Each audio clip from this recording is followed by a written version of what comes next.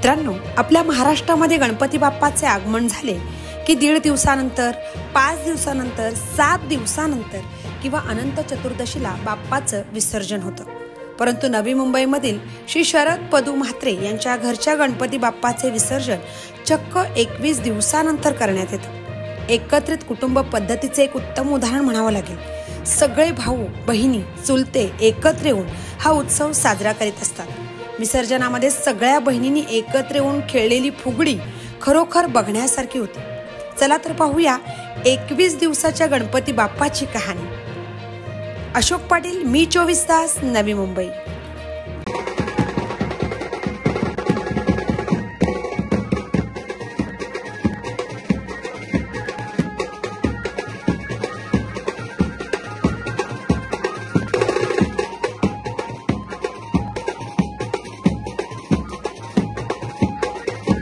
पाहतोय नवी मुंबईतला हा एकमेव गणपती आहे की जो मागच्या पिढ्यानपिढ्यापासून आता 21 दिवस हा गणपती इथे दाखवला जातोय। आपण हे गणपती ज्यांच्या घरी येतो ते अजय म्हात्रे त्यांना विचारूया की ही परंपरा कशा पद्धतीने पुढे झाली। आम्ही जवळजवळ 1983-84 सालापासून श्रद्धादा म्हात्रे आणि आमचे काका आणि बाबा हे 1.5 दिवसाचा गणपती असे आनंद होते आणि असंच असं पुढे चालत करता करता आम्हाला देवाने नवस पूर्ण केला। आम्ही 5 दिवस केला होता आणि देवाने आमची मनोकामना पूर्ण केली। 5 दिवसाचा आम्ही 10 दिवस केला। आणखी देवाने आमची मनोकामना केली। 5 दिवसाचा आम्ही मग 10 दिवसाचा आम्ही 14 21 दिवस जवळजवळ आम्ही 1998-97 पासून तर आता आजपर्यंत आम्ही 21 दिवसाचा गणपती आम्ही आणत आहोत आणि खूप उत्साहाने आम्ही हा सण साजरा करतो। ज्या मुलींचे सासरे नाते पूर्ण माझ्या गणपतीला पूर्ण येतात, कार्यक्रम पूर्ण ते आणि हर सकाळ संध्याकाळ बाप्पाची आरती आणि नंतर रोजचं भजन हे चालू असतं काय नेहमी। लास्टच्या दिवसाला पण भजन आणि सत्यनारायणची महापूजा ही कायमस्वरूपी असेल 21 दिवसाची।